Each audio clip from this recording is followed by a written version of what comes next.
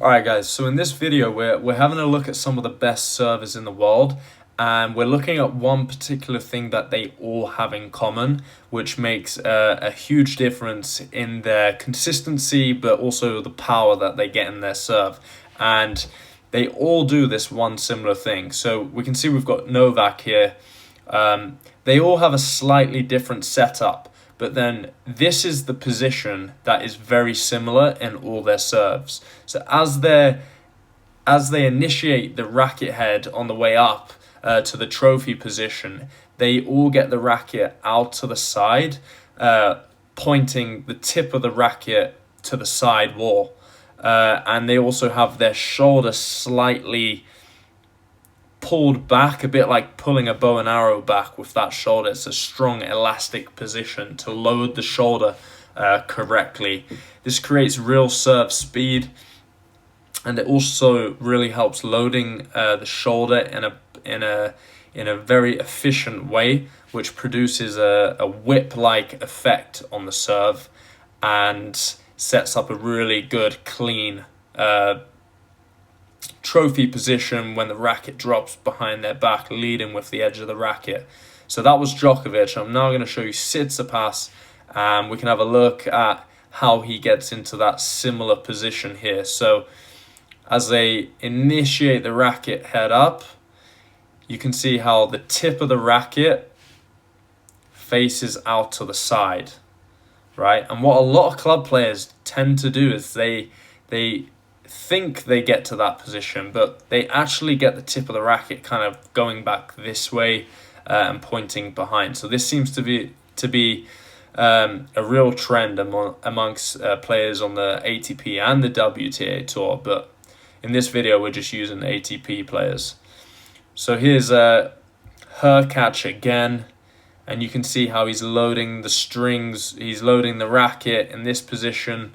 Again, out to the side of the body. Imagine there's like a straight line here. You can see how the racket's on the right side of the body. He doesn't take it kind of behind him or down there. It's always out to the side on the preparation, and then he loads it into that trophy position. It's almost like the palm of the hand is down, and then it explodes into the contact. So that's Hurkacz. Let's have a little look now at Jannik Sinner.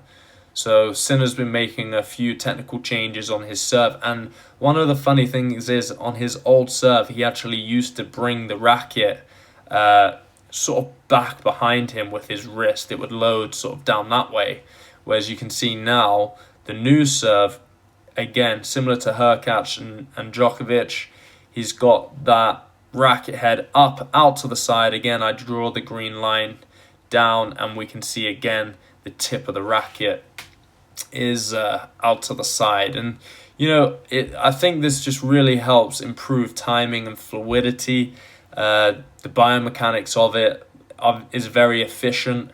It's how the shoulder wants to work, and it also really helps you whip through the serve, and it doesn't feel like you're forcing it up. His arm's very loose, and it's almost like it's like a whip bringing it up into the trophy position. So that was Sinner. So here's one of the biggest serves on the tour. You know, when Kyrgios is serving well, it's pretty unstoppable. So again, we can see, and it doesn't matter what they're really doing at the beginning, they've all got a slightly different start to the motion, and they find out what gives them a bit more rhythm and maybe a bit more sort of momentum into that position. And you can see again, Kyrgios strings tip the racket out to the side, and the strings facing the back wall. So definitely, if you're struggling with your serve, like, you could almost just start in that position, get the racket head out to the side, and just practice throwing the ball up and initiating the serve from that position there, instead of trying to do anything too complicated at the beginning, especially if you're a beginner. So now we've got, one of the biggest servers right now, Ben Shelton. You know, he's got an absolute bomb. Again, same thing. They all do it slightly different. Maybe the racket face angle slightly different.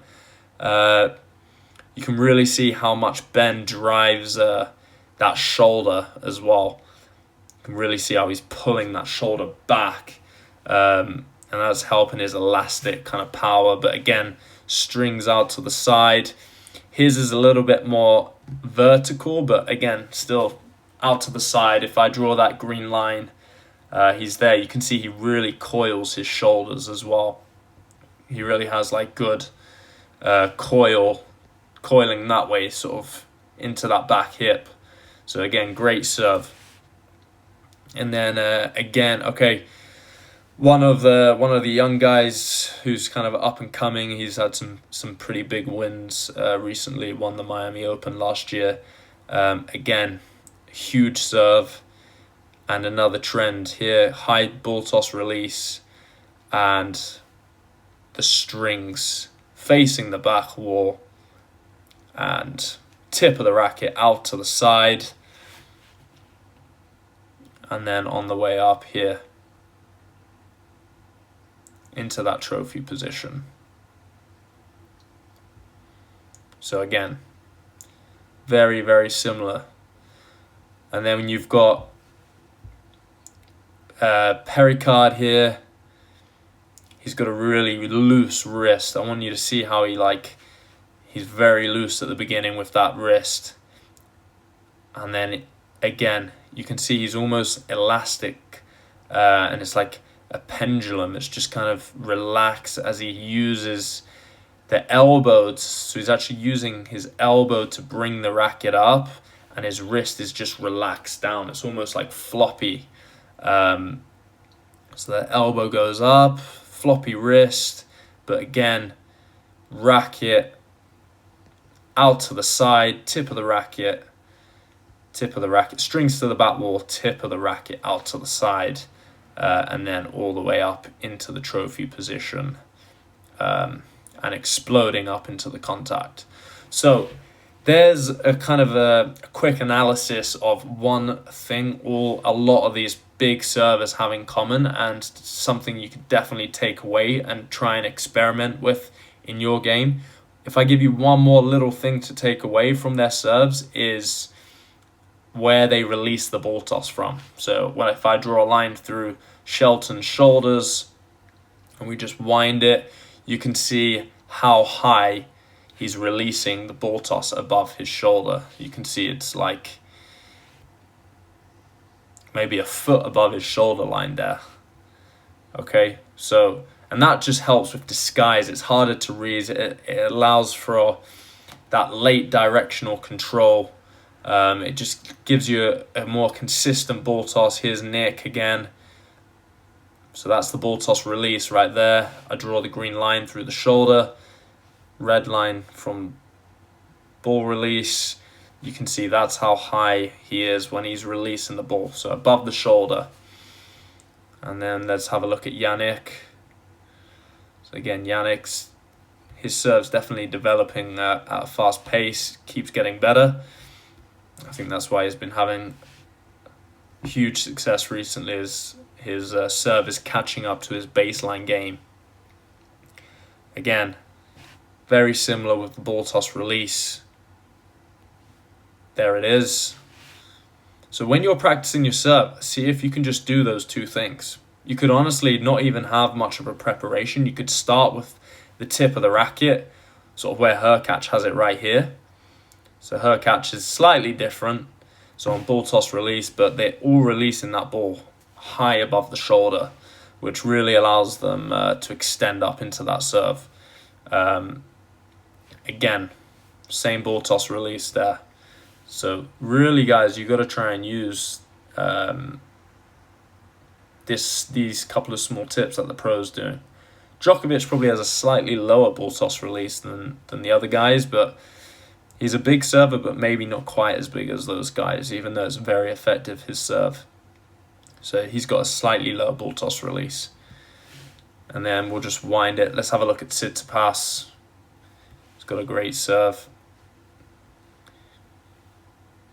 So Tsitsipas is releasing about here.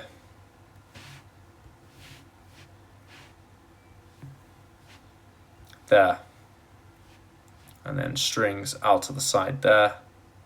So guys, honestly, if I was you, I would start holding the racket in your chopper grip, strings pointing to the back wall, tip of the racket facing the side fence, and then just initiate the ball toss arm first and see if you can take the racket up over your head with the palm of the hand facing down as it goes over the head here,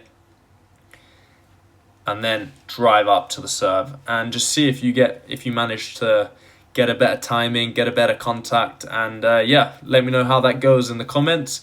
And guys, if you want to work with me one-on-one online, I will build your game through video analysis, and you can work directly with me straight from your iPad or your iPhone. You can be on the tennis court filming your swings, your serve, any parts of your game, and you can send it to me straight through my app, and I'll get I'll feed it back to you with a detailed analysis, and we'll get you improving as quickly as possible. So thanks again, hit like and subscribe, and I'll see you in another video.